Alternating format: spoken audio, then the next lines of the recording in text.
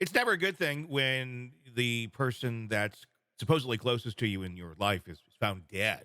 That's obviously a horrible tragedy that can completely destroy a life, can completely destroy a world, and can be even far worse if people suspect maybe you're the one who did it. You're the one who's responsible for the death of that individual. It's even more disturbing when the evidence very much points to it, especially if it's a poisoning case. Talking about Kouri Richins and her husband, Eric Richins, who was found with an overdose of fentanyl in his system, believed to be administered by his wife, Kouri Richins, through a Moscow Mule late one night. Oh, they found more than just the fentanyl in his system. Now they've also found some of her prescription drugs in his system, antipsychotic medications, but one that was also being used as a sleep aid, a very common sleep aid, actually, to be exact. What does that mean? Is this something that is going to help Corey? Look, he might be a drug addict. He's stealing Corey's medicine. Or is this evidence of Corey just kind of trying to mix a lot of things up, put it into his system, and, well, see what happens? And obviously, we know where that went. Joining me to discuss, Jennifer Coffindaffer, retired FBI special agent. Jennifer, where do you think this is going with this new bit of evidence that has come out? I think this evidence looks very negative toward Kouri Richins. Look, she was the one that is at least accused of this. She is the one that all the information is pointing that she, obtained that fentanyl illegally and tried not on one, but on more than one occasions to kill him by poisoning him. And now her antipsychotic drug, and I know they're saying was used for a sleep aid. But quidapine is a very often prescribed drug for schizophrenia as Mhm. well and other issues like bipolar and other psychotic psychosis. I thought this was very interesting. Obviously, they have sought her medical records um, because this could have an impact in that way too. I know they're saying a sleep aid, but I would wonder if they may try to turn the tables with this piece of information. To say, she was having a psychotic episode. I wouldn't doubt that this could go south like that, or not south like that, but could be presented as a defense for her. But I think it helps the prosecution. If we were to go down that road, let's examine that for a minute. If it were to be used by the defense of Corey Richins as, look, this was a psychotic episode, like you just said. Look, she has a history. She's been prescribed these drugs. There's knowledge that there's something here that's not right, not healthy, and she's trying to control it. She's trying to do what's right for herself and her family, so she's not a danger or a burden. But looks like, oh, something must have happened here, and this just didn't work out right.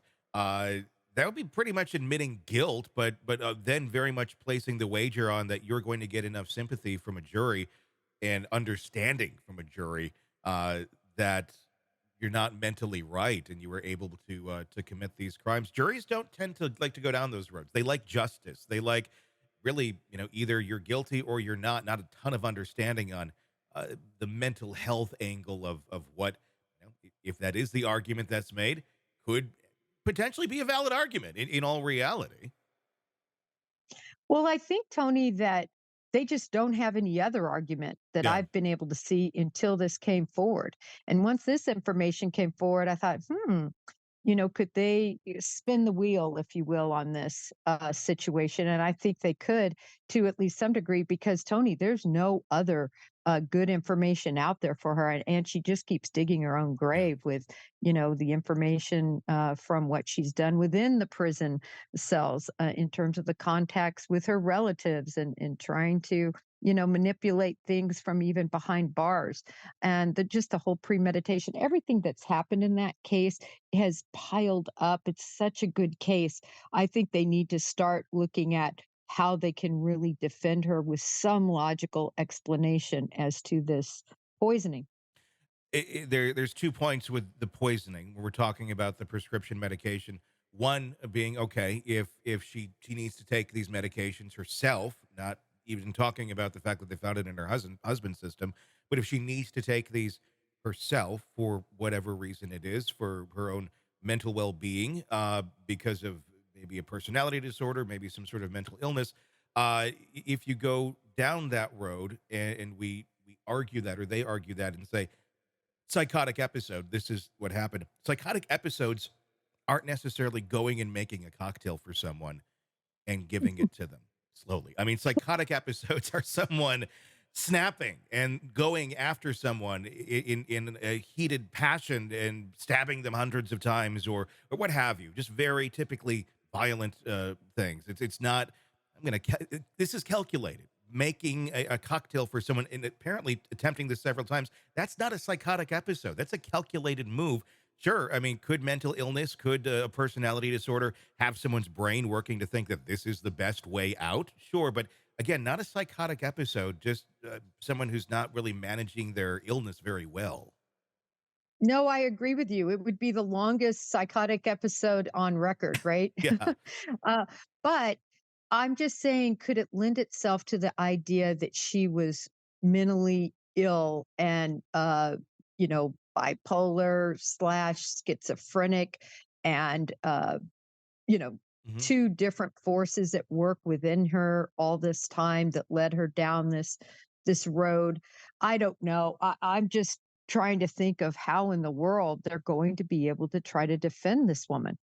I think you probably have come up with one of the best ideas I've heard thus far on this, because I got nothing but this new piece of evidence out there, kind of points more like maybe we can go that direction. Maybe it might also explain some of the letters that were found in her prison cell that she's claiming were a book. I mean, that could be an argument of like, look, this woman is not well. She thinks this is a manuscript for a book. It's clearly the writings of someone who is not right in the head. Yeah, no, absolutely. And I can just tell you, if I were her attorney, that's what I would be looking at. I would be saying, write more chapters to that book, leave them out to be found.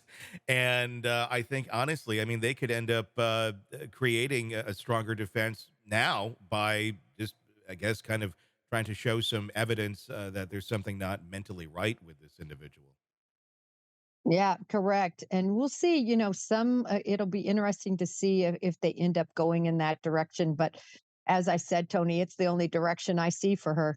Hey, it's Tony Brueski. If you like the podcast, be sure to like, subscribe, and press that bell so you don't miss any of our updates on the cases we're following for you right here at the Hidden Killers podcast from True Crime Today. And thanks